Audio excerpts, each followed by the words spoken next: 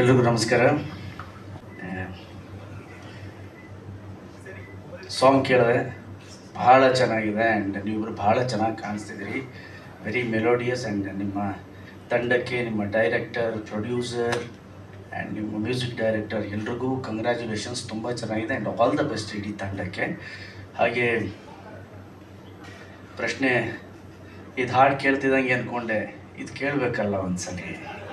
ಇದು ನಾನು ಪ್ರಾಮಾಣಿಕವಾಗಿ ನಾನಿದ್ರೂ ಇದು ಕೇಳುವಂತಹ ಪ್ರಶ್ನೆನೇ. ನಮ್ಮಿಂದ ಅಲ್ಲ ಭಾಷೆ, ಭಾಷೆಯಿಂದ ನಾವು.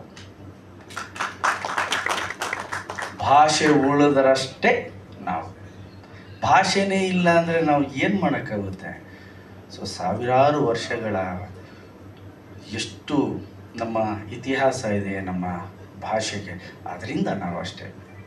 ನಮ್ಮಿಂದ ಭಾಷೆ ಅಲ್ಲ. ನಮ್ಮಂಥವ್ರು ಸಾವಿರಾರು ಜನ ಬಂದು ಹೋಗ್ತಾರೆ, ಉಳಿಯೋದು ಭಾಷೆ ಒಂದೇ. ಭಾಷೆನ ಬೆಳೆಸ್ತೀವಿ ಅನ್ನೋದಿದೆಯಲ್ಲ, ಅಲ್ಲ. ಇರೋ ಭಾಷೆಯನ್ನು ಉಳಿಸಿದರೆ ಅದೇ ಧನ್ಯ ನಾವು. ಸೊ ಹಾಗಾಗಿ ನಿರ್ಮಾಪಕರು ಹೇಳಿದ್ರು ಕನ್ಸಿಡ್ರೇಷನ್ ಮಾಡ್ತೀವಿ ಅಂತ. ಪಟ್ಟಂತ ಹೇಳ್ಬಿಡ್ಬೇಕಾಯ್ತು, ಕನ್ಸಿಡ್ರೇಷನ್ ಏನಿಲ್ಲ, ಚೇಂಜ್ ಮಾಡ್ತೀವಿ ಅಂತ. ಭಾಷೆ ಮೊದಲು. ಆ್ಯಂಡ್ ನಿಮ್ಮೆಲ್ರಿಗೂ ಆಲ್ ದ ಬೆಸ್ಟ್ ಸರ್. ನನಗೆ ಭಾಳ ಇಷ್ಟ ಆಯಿತು ಸಾಂಗು, ದ ವೇ ಕ್ಯಾಪ್ಚರ್ ಮಾಡಿರೋದು ಅದೆಲ್ಲ. ಆ್ಯಂಡ್ ಟೈಟ್ಲೇ ಡಿಫ್ರೆಂಟ್ ಅನಿಸ್ತು ನನಗೆ, ನಿದ್ರಾದೇವಿ ನೆಕ್ಸ್ಟ್ ಡೋರ್ ಅಂತ. ನನಗೇನು ಸ್ವಲ್ಪ ಡಿಫ್ರೆಂಟ್ ಕಾನ್ಸೆಪ್ಟ್ ಇಟ್ಕೊಂಡು ಮಾಡಿದ್ದಾರೆ ಈ ಸಿನಿಮಾನ ಅನ್ನಿಸ್ತಾ ಇದೆ. ಒಂದು ನಿರ್ಮಾಪಕ ಆಗಿರಲಿ, ನಿರ್ದೇಶಕ ಆಗಿರಲಿ, ಸಿನಿಮಾಲ್ಲಿ ಮಾಡಿರುವಂತಹ ನಟ ನಟಿಯರು ಯಾರೇ ಆಗಿರಲಿ, ಸಿನಿಮಾ ದೊಡ್ಡ ಹಿಟ್ಟಾದರೆ ನಿದ್ರೆ ಬರುತ್ತೆ. ಇಲ್ಲ ನಿದ್ರಾದೇವಿ ನೆಕ್ಸ್ಟ್ ಡೋರ್. ಸೊ ಆಡಿಯನ್ಸು ಅಷ್ಟೇ, ನಿಮ್ಮ ಪಿಕ್ಚರನ್ನು ನೋಡಿ ನಿಮಗೆ ಶಬಾಷ್ ಅಂತ ಹೇಳಿ ನಿಮ್ಗೆ ಒಳ್ಳೆ ನಿದ್ರೆ ಬರೋ ಥರ ಆಗಲಿ, ನೆಮ್ಮದಿ ಸಿಗಲಿ. ನಿದ್ರೆ ಬರೋದೇ ನೆಮ್ಮದಿಯಿಂದ, ಸುಖದಿಂದ ಅಲ್ಲ. ಒಳ್ಳೆ ಸೋಫಾ, ಒಳ್ಳೆ ಹಾಸಿಗೆಯಿಂದ ನಿದ್ದೆ ಬರೋಲ್ಲ, ನೆಮ್ಮದಿ ಇದ್ದರೆ ಮಾತ್ರ ನಿದ್ದೆ ಬರೋದು. ಸೊ ಆ ಥರ ಒಂದು ಇದ್ದರೆ ನಿಮಗೆ ಬರಲಿ, ಸೂಪರ್ ಡೂಪರ್ ಹಿಟ್ಟಾಗಲಿ ನಿಮ್ಮ cinema. And romantic song hit ಆದರೆ ಸಿನಿಮಾಗೆ ಬಂದುಬಿಡ್ತಾರೆ, ನಿಜ ಬರ್ತಾರೆ. ಬಟ್ ಬಂದ ಮೇಲೆ ನಾವು ಸಿನಿಮಾಲಿ ಏನು ಹೇಳಿದ್ದೀವಿ ಅನ್ನೋದು ಅಷ್ಟೇ ಇಂಪಾರ್ಟೆಂಟ್ ಆಗುತ್ತೆ. ಒಂದು ಸಾಂಗಿಂದ ನಾವು ಜನಗಳನ್ನ, ಪ್ರೇಕ್ಷಕರನ್ನ ನಾವು ಥಿಯೇಟ್ರ್ ಕರ್ಕೊಂಬರ್ಬೋದು. ಒಂದು ಸಾಂಗು, ಒಂದು ಟೀಸರು, ಒಂದು ಡಿಸೈನ್, ಎಲ್ಲದರಿಂದ. ಬಟ್ ಥಿಯೇಟ್ರಿಗೆ ಬಂದ ಮೇಲೆ ನಾವು ಥಿಯೇಟ್ರಲ್ಲಿ ಏನು ಹೇಳಿದ್ದೀವಿ, ಹೊಸ ವಿಚಾರ ಏನು ಹೇಳಿದ್ದೀವಿ, ಆ್ಯಂಡ್ ಥಿಯೇಟ್ರ್ ಎಕ್ಸ್ಪೀರಿಯನ್ಸ್ ಏನು ಕೊಡ್ತಿದ್ದೀವಿ. ಆ್ಯಂಡ್ ನಮ್ಮೆಲ್ರಿಗೂ ಗೊತ್ತು ಎಷ್ಟು ಕಾಂಪಿಟೇಷನ್ ಇದೆ, ಹೇಗೆ ಸಿನಿಮಾಗಳು ಬರ್ತಾ ಇದೆ, ಹೋಗ್ತಾ ಇದೆ.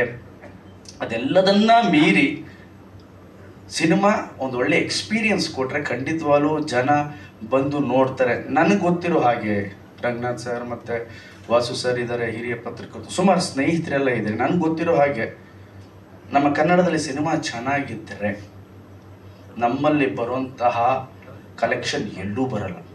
ಅಷ್ಟು ಒಳ್ಳೆ ಕಲೆಕ್ಷನ್ ಬರುತ್ತೆ. ಬಟ್ ಸಿನಿಮಾ ಚೆನ್ನಾಗಿ ಮಾಡಿರಬೇಕು, ಹೊಸ ಎಕ್ಸ್ಪೀರಿಯನ್ಸ್ ಇರಬೇಕು. ಮಾಡೋ 60-70 ಸೀನಲ್ಲಿ 60-70 ಸೀನು ಎಲ್ರಿಗೂ ಇಷ್ಟ ಆಗುತ್ತಾ? ಖಂಡಿತವಾಗ್ಲೂ ಇಲ್ಲ. ಖಂಡಿತವಾಗ್ಲೂ ಮನೇಲಿ ಮಾಡೋ ದಿನ ಅಡುಗೆನೇ ಒಂದೊಂದ್ಸಲ ನಾವು ಏನು ದಿನ ಅದೇ ತಿಂತಿದ್ದೀವಿ. ಈಗ ಶೂಟಿಂಗ್ ಹೋದ್ರೆ ದಿನ ಚಿತ್ರಾನ್ನ ಅದೇ, ಚೇಂಜ್ ಮಾಡಮ್ಮ ನಾಳೆ ಅಂತೀವಿ. ಸೊ ಒಬ್ಬೊಬ್ಬರು ರುಚಿ ಒಂದೊಂದು ಇರುತ್ತೆ. ಈ 70-80 ಸೀನಲ್ಲಿ ಒಂದು 10 ಸೀನು, 15 ಸೀನು ಪ್ರೇಕ್ಷಕರ ಮನ ಮುಟ್ಟಿಸ್ಬಿಟ್ರೆ ಸಿನಿಮಾ ಹಿಟ್ಟಾಗುತ್ತೆ. ಆ್ಯಂಡ್ ನಿಮ್ಮ ಸಿನಿಮಾಲಿ 10-15 ಸೀನಲ್ಲ, ಒಂದು 30 ಸೀನು ಪ್ರೇಕ್ಷಕರ ಮನಸ್ಸನ್ನು ಮುಟ್ಟಿಸಲಿ. ನಿಮ್ಮ ಪ್ರಯತ್ನಕ್ಕೆ ಒಳ್ಳೆಯದಾಗಲಿ ಸರ್. ಆ್ಯಂಡ್ ಝೆನ್ ಮೋಡಲ್ಲಿ ಇರ್ತೀರಂತೆ ನೀವು ಯಾವಾಗಲೂ. CA ಅಲ್ವಾ, ಝೆನ್ ಮೋಡಲ್ಲಿ ಇರ್ತೀರಾ ಸರ್? ಸೊ ಆ ಝೆನ್ ಮೋಡಲ್ಲಿ ಇರಿ, ಒಳ್ಳೆಯದಾಗಲಿ ಸರ್ ನಿಮಗೆ. ಆ್ಯಂಡ್ ನಮ್ಮ ಪ್ರವೀಣ್ ಶೆಟ್ರು ಅವರ ಮಗ ಆ್ಯಕ್ಟ್ ಮಾಡಿದ್ದಾರೆ, ತುಂಬ ಚೆನ್ನಾಗಿ ಕಾಣಿಸ್ತಿದ್ದೀರಾ ನೀವು. ಆ್ಯಂಡ್ ಅವ್ರ ವಾಯ್ಸು ಅಷ್ಟೇ ಭಾಳ, ಇವ್ರ ಕೈಲಿ ಆಡಿಸಿ. ವಾಯ್ಸು ಚೆನ್ನಾಗಿದೆ, ನೀವು ತುಂಬ ಚೆನ್ನಾಗಿ ಕಾಣಿಸ್ತೀರಾ. ಇಡೀ ತಂಡಕ್ಕೆ ನನ್ನ ಕಡೆಯಿಂದ ಆಲ್ ದ ಬೆಸ್ಟ್ ಅಂತ ಹೇಳೋಕ್ಕೆ ಇಷ್ಟಪಡ್ತೀನಿ. ಆದಷ್ಟು ಬೇಗ ನಿಮ್ಮ ಸಿನಿಮಾ ತೆರೆಗೆ ಬರಲಿ ಆ್ಯಂಡ್ ಜನ ನಿಮ್ಮೆಲ್ರಿಗೂ ಆಶೀರ್ವಾದ ಮಾಡಲಿ ಅಂತ ಹೇಳ್ತೀನಿ. ನಾನು ಬರೋದಕ್ಕೆ ಕಾರಣ ಒಂದು ರಂಗನಾಥ್ ಸರ್ ಮತ್ತು ಶೆಟ್ರು. ನಾನು ಪಬ್ಲಿಸಿಟಿ ಎಲ್ಲಾದರೂ ಹೋಗಬೇಕು ಅಂದ್ರೇ ಜಾಸ್ತಿ ಹೋಗಲ್ಲ.